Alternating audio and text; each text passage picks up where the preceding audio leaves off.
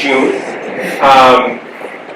And in fact, they were a little bit higher, I believe, if I'm not mistaken. So during the month of July, the plant never ran at a rate below 320 tons per hour. And certainly during the month of June, there were a number of days where they were running at a lower rate. On the days where production was highest, and those were days where the plant was operating at 340 tons per hour or higher, there were 11 such days. There were no complaints filed on any of those 11 days. Similarly, on the 4 occasions where Keating produced 2,000 tons or more of asphalt, July 1, 10, 17, and 25, no complaints filed on those days either. So just further evidence supporting the point that we had made to the board last time. I know there were concerns when we first met with the board back in June about a correlation between rate and volume of production and odors.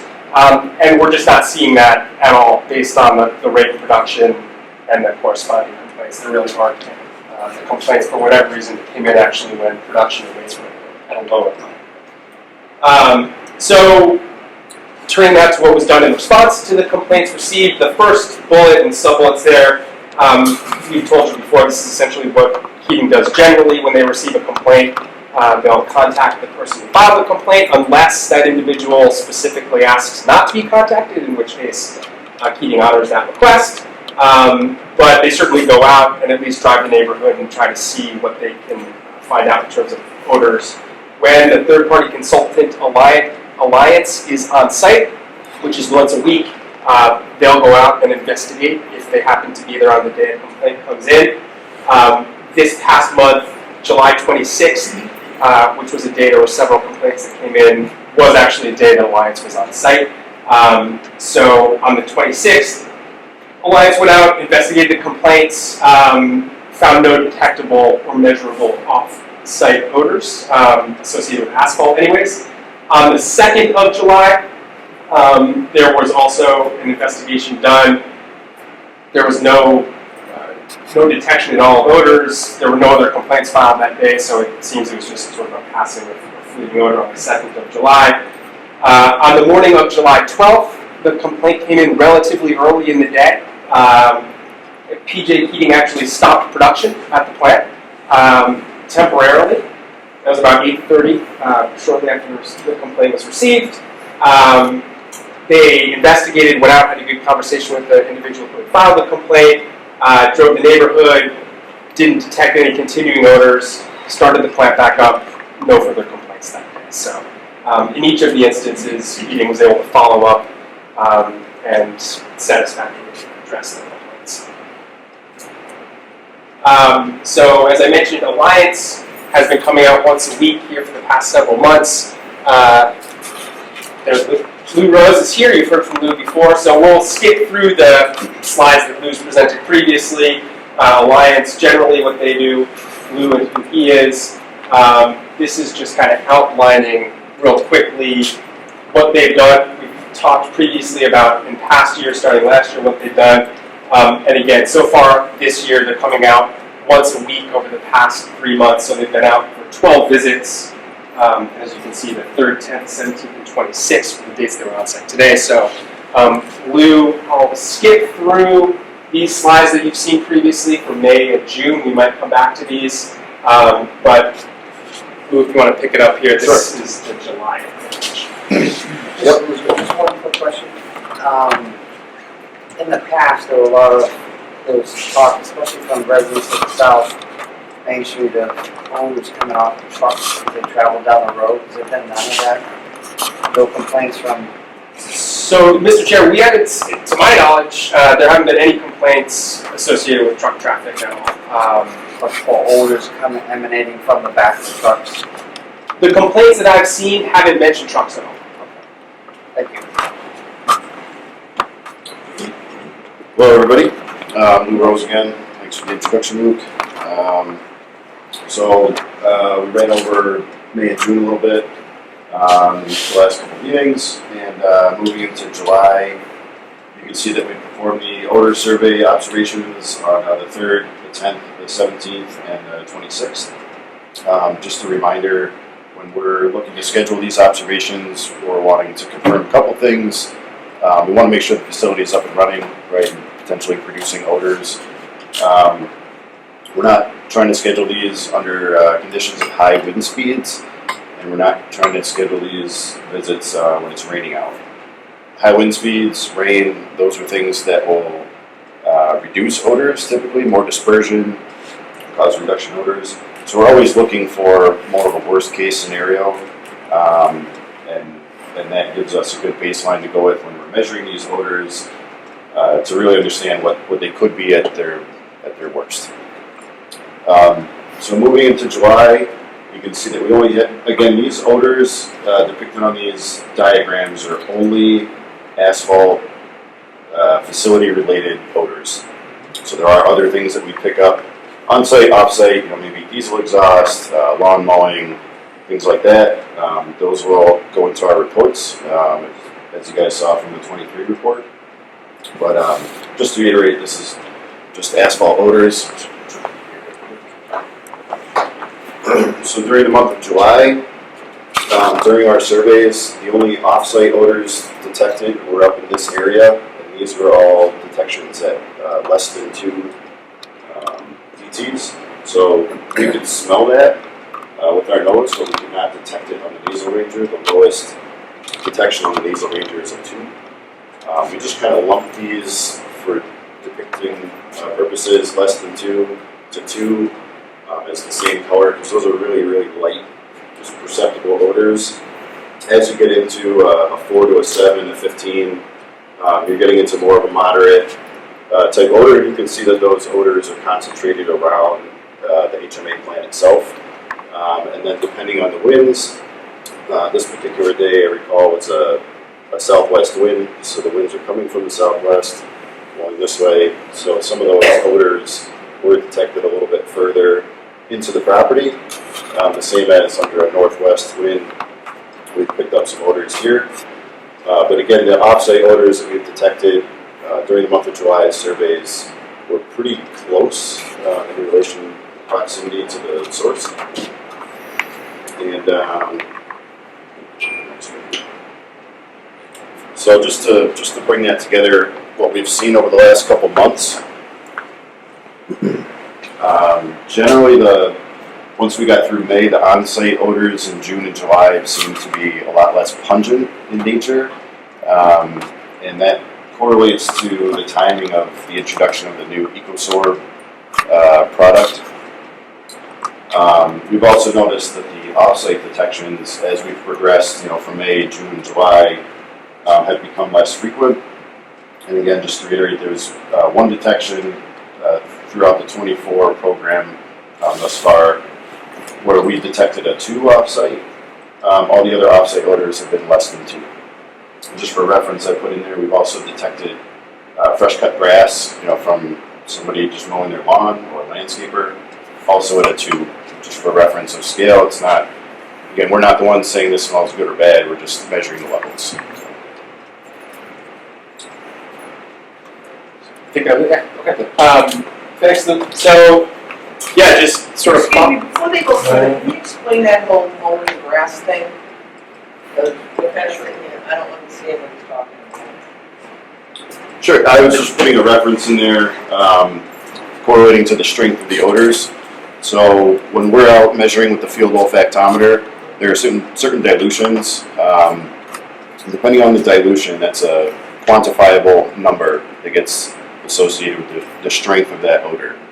So if I'm out smelling a 2 from asphalt odors, I'm also just providing an example that we've detected at a 2 from fresh cut grass, for example.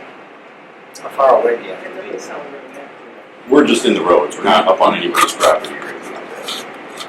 Right, but so is it like a lawn that was freshly cut 20 feet away, or could it be like 100 feet away? Like what's your strength of odor? I'm just trying to get a grasp. Yeah, I mean, in the road adjacent to somebody's house, right? The Okay. downwind of somebody's house. Okay. This, Does that answer your question? I think he's just trying to comparison that the odor. If I interpret what he's saying correctly, that the odor is so low that it's equivalent to smelling cut grass, which most people can smell. Really, it's just trying to provide a reference of No, I appreciate it. I strength versus understand. strength, Right, not it's good to, what yeah. smells good, what smells bad, yeah. And so when you're driving behind a car that's kicking out some real nasty odors, what would that probably be? I'm just trying to understand, because sometimes you get that It depends on, it all depends on what's, what's being emanated, from the source. Fair enough. I could provide some other examples, in the future. So I just want to say, this is when you're saying 2, not less than 2, because the less than 2 has nothing to do with the machine. Well, we can't detect it, so we know that there is an odor, right? I can smell it, but So, if I can't detect it and the lowest detection is a 2, we're not going to say it's not there, right? We're confirming there is some sort of odor. It's just less than 2. We don't know if it's I'm just saying, 1.5, 1.9. when you pick up a 2, Yes, not less than 2, when you pick up a 2, that you stating that you picked it up with the machine, correct. right? We're able to detect it through the odor. And that's what he's saying. He's saying you can detect it with the machine rather than, just smelling it. And you can detect the smell of the grass cutting the same way. Yeah. With the machine. So- Yeah, anything. I mean, if you're Right. parked next to a Burger King or something, you're going to smell that too. Probably higher than a 2, but It's a comparison. yeah. Just trying to give a relevance to the strength of the odor.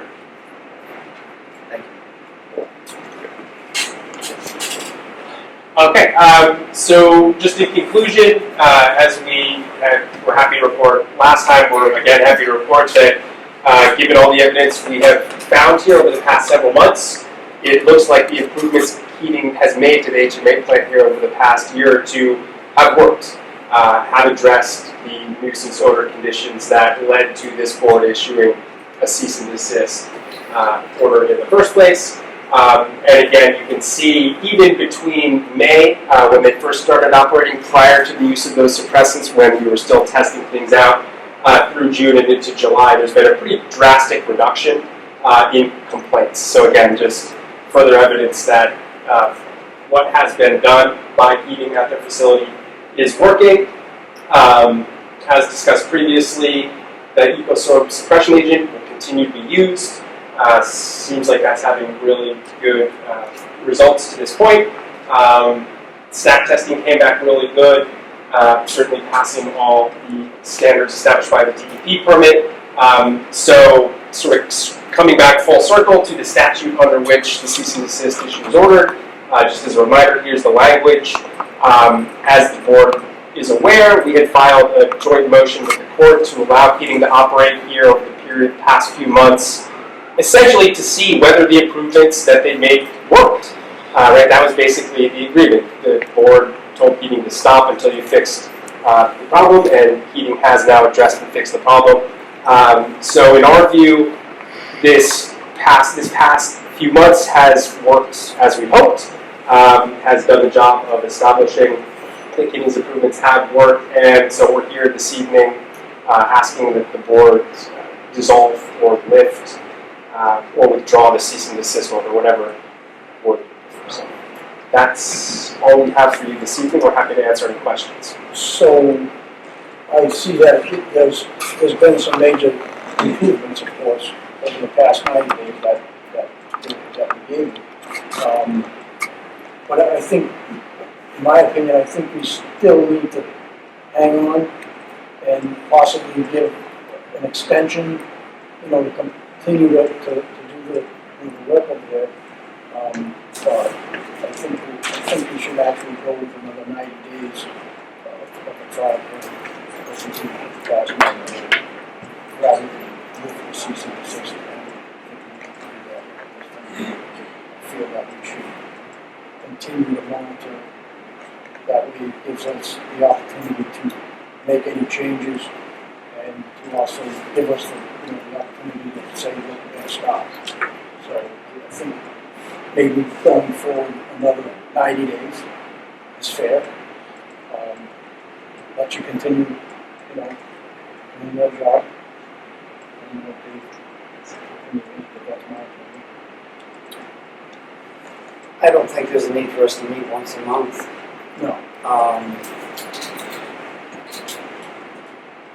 I think 90 days is, I think if we meet 90 days and if we continue in the same exact pattern, I feel like then I think we'd be in a position to lift the order. PJ would be able to operate within the 90 days and do what they're doing and make money, and that's good. And just because it's such a huge decision, I'm a little apprehensive to just lift it this evening. But like I said, I don't see the need to keep coming here and hearing that you've had 2 or 3 complaints. I think you guys, sounds like you've done an excellent job. I mean, obviously you have. Things are working exactly the way we want them to. But 3 months is a short period. That's where I'm at right now. I'm happy to listen to anybody in the audience. If you want to have something to say, please do it now. Yes, thank you, Mr. Chairman. Just for clarification purposes, as I asked in the last meeting, 340 tons. What's the maximum for this facility? I believe it was 500 tons per 500. Yeah. So these tests, what were these tests conducted at? What was the tonnage produced at that facility at the time of these tests? I think they stated that they went. 80%. 400. It was 400. 400%. And the stack testing, what was the capacity of the stack testing done at the time of the production of that facility? And these are the numbers that we really need to think hard about. The maximum output from this facility, because we're seeing oranges versus the apples, and I think we're not seeing what's the middle here. It is the clarification I'm looking for is that number, the maximum production for that facility, the maximum testing which is allowed by law for stack testing. What are the numbers? I'm happy to answer that, Mr. Chair. So I think I understood the question. The plant, and Derek, please correct me if I'm getting any of this wrong. The plant is rated for a maximum production rate of 500 tons per hour. During the stack testing, the plant was run at 400, so about 80% of its full capacity. And that is what DEP required. Again, this was just done in compliance with the DEP air permit. So that's, and as I sort of laid out, they're so far this so summer. the permit says you have to be at least at 80% of your allowable. Is that what? Something along those lines. I forget exactly what the permit says, but I certainly know that one of the reasons Keating couldn't perform the stack testing sooner is that they weren't operating at sufficient capacity for a sustained amount of time to actually qualify, so to speak. And so they met that this year, and again, it was 400 tons per hour was the rate for the stack testing out of a possible 500 tons per hour. Mr. Chairman, I have a follow-up question for a second. Is there any chance that you're going to be gaining more contracts and pushing out closer to 500 between now and 3 months from now? I mean, I understand that from a business standpoint, you don't want to be operating at 500 if you're only selling. It would be very rare that in New England we'd be able to run an asphalt plant at 100% capacity because meteorologically, moisture in the piles predicates the tons per hour, right? Because we need to dry the aggregate, so that's what the dryer is there for. So the tons per hour really starts to be influenced on the elements, right? So moisture content. So if we were in Arizona, probably pretty easy to run at maximum because there's probably 2% moisture in the aggregates. So the drying time is much quicker, and then you can introduce recycled products and liquid asphalt, in a faster time. But our drying time, because of moisture in the aggregates, we then make sure that we're turning the tons per hour down to make sure the aggregates get dried. Because if we push material through the dryer too fast and there's a high moisture content, then the quality of the product is impaired. right? Because we're not drying it out to put the binder agent in. So think of your asphalt cement as your binder agent, just like glue to wood, right? So you have a wet piece of wood and you put liquid nails on it and you press it together, the adhesion there is compromised, right? Because it's not, so very similar with our process where, so running at 80% of capacity is very good. And as we introduce recycled asphalt pavements and liquid asphalt, we need to make sure that the aggregates are dry.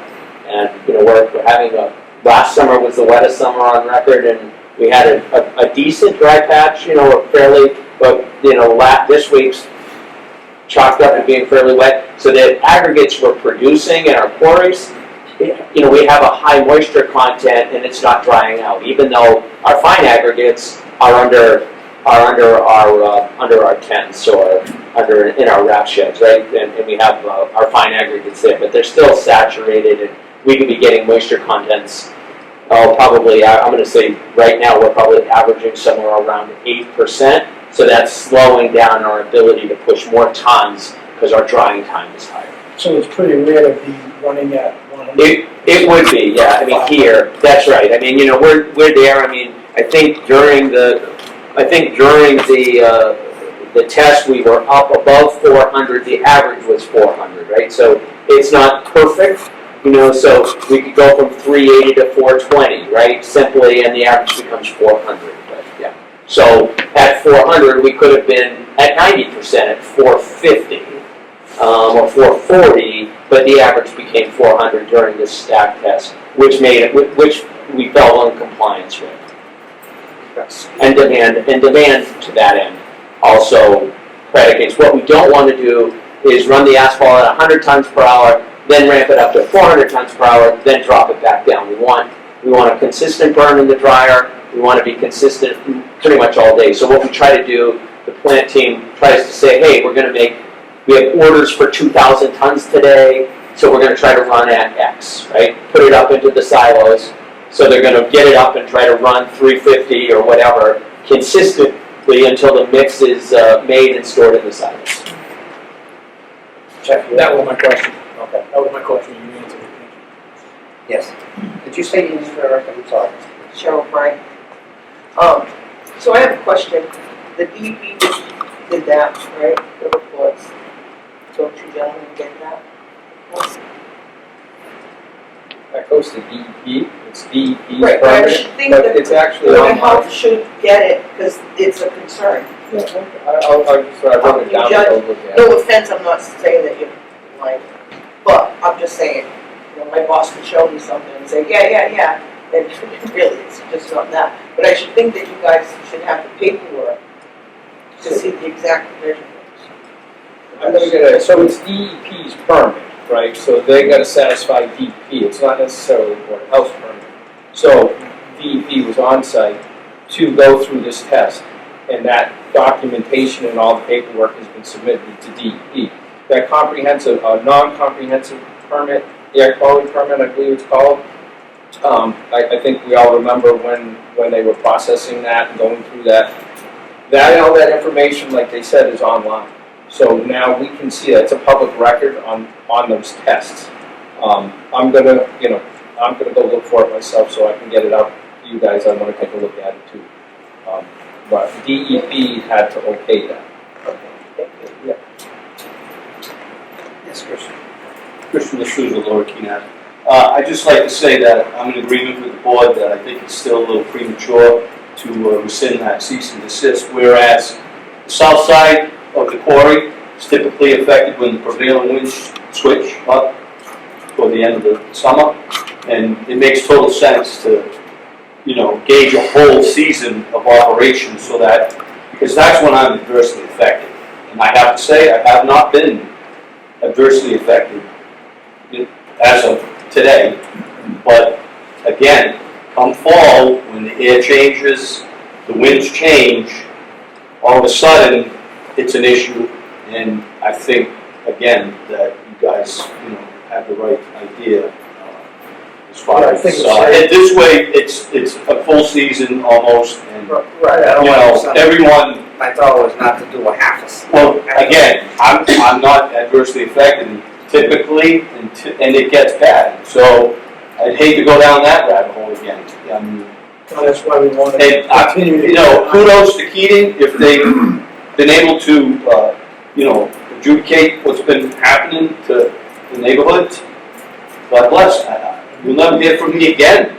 I just want to live in peace. So, again, I think you guys have the right idea by at least going the season with the season. Thank you. My thought was if we set the next meeting for 90 days, but, things change, the wind changes and things change, then we'll schedule something earlier. This isn't like it's a public hearing for a permit, so we have flexibility on that, and hopefully we don't see you for 90 days. Mr. Chair, I would just suggest, you guys mentioned that, but 90 days puts you into the end of November, right? when is your season's over? Perhaps you would do it until December 1, because their season would be over, and at that point, everybody can come in and frankly, from But you were in agreement that your season is closer to ending at the beginning? Yeah, I mean, we run into the early part of November again, because everything, we're like farmers, right? So everything we do is temperature sensitive, so as temperatures in November start to drop, we really wind up our full-time operations middle of November. If it's warmer, special, essential project, DOT says, hey, we got this bridge, it needs to be repaired, will you do that? We'd work on that. But 9 times out of 10, the DOT is also looking at the temperature gauge and telling us no more, and we get that. So around, I think, if you said middle of November, we're closing the doors and then we're tearing the plan apart to look at what we need for our winter maintenance plan. So, anytime. I just think that, the gentleman in the audience said it would be wise to do a full season just because of atmospheric conditions. I think it probably makes a lot of sense, but a full season is not I was figuring 90 90 extra days. days. I don't know what it is. I think it was put you a few days before. Yeah. To be perfectly honest, there's also some selfishness to it. Attorney Legier and I have to report back to the court, and it might be a lot easier if we had some leeway at the end. You guys had your meeting and you decide that everything's fine, and we'll just lift it and we dismiss the action for that. It's fine. We're fine. If we pick that, as long as it's probably not on Turkey Day, right? So it's not, but I mean, we go that first. But if you said the first Tuesday in December or something, we'd be prepared to, because we'd be shut down a couple of weeks anyways. That's fair.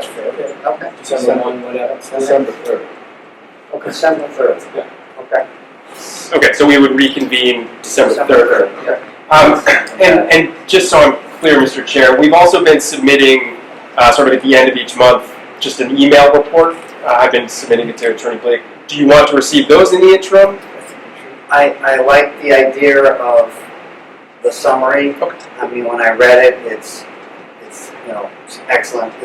For me, as a board member, it's a lot easier to read the summary than to check in with the board my agent every 2-3 days or every week. And so I like the summary. I'd like to see it reported once a month. Okay, understood. So, if I might, again, continue if there's any issues with the portal, to put it in, to continuously notify them, because that's a major part of this, so we know. Right. So they know. Can I say something on Yes. that? As I think I've said before in all these meetings, it's the only way that we can really document this. And it's fair to both sides. It's fair to Keating, they ought to know, they ought to be able to figure it out and mobilize their guys. And they are mobilizing their guys. So if you're going to make a complaint, if you don't want them to contact you, you can just say, please don't contact me. But I strongly recommend that that's the only way that we can figure out what the complaints are. But you can go to the portal, put an address in the complaint, and say, I don't want to talk. That's right. Just, and then they'll go and investigate. Yeah. It's all simple. So that solves the problem that you don't want to talk. Anybody else have anything they want to ask? Yes. smell that bothers me the most isn't like when I went by today, just before lunchtime, I could smell when I got to the plant, I could smell it. But the smell that bothers me is because I'm on South Main Street. And it going by my house, all the trucks going by my house, that's the smell that I get. Because it carries with the truck.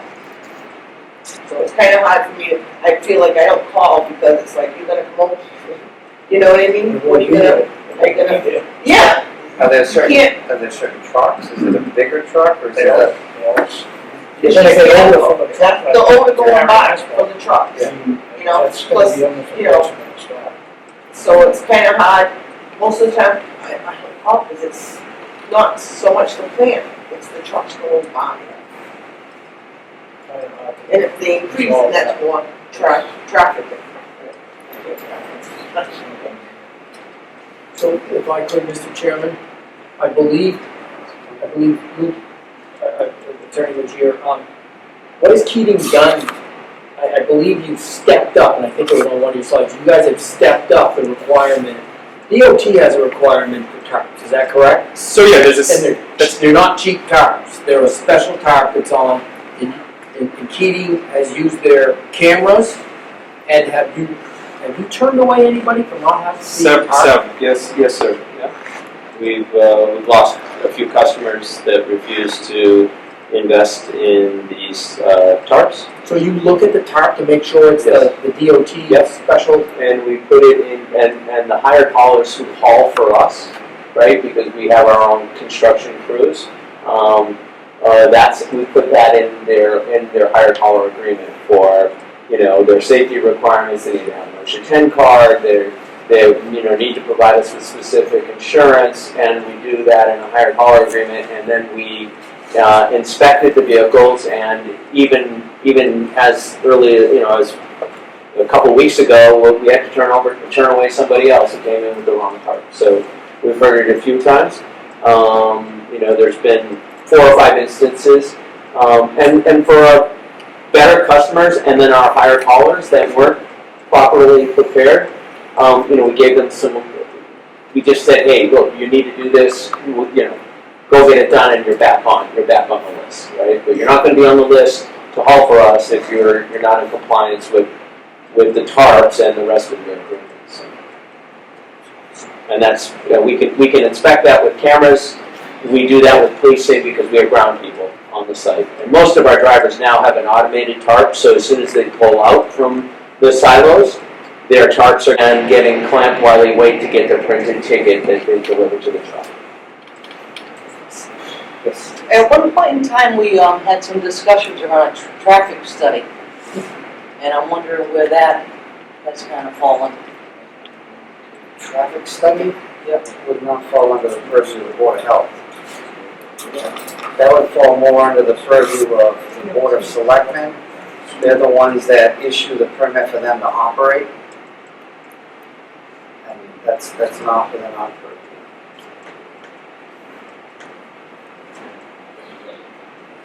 Anybody else? So with that, I'll entertain a motion to continue the discussion till December, what was the date? December 3rd, 2024, 5 p.m. Motion. I'll second the motion. All in favor? Aye. Motion carries 2-0. Our next scheduled meeting, you want to talk about that?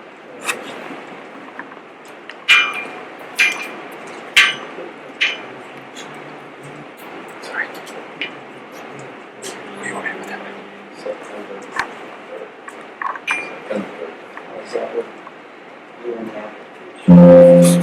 Okay. Oh. You want to go after that? Okay. Okay.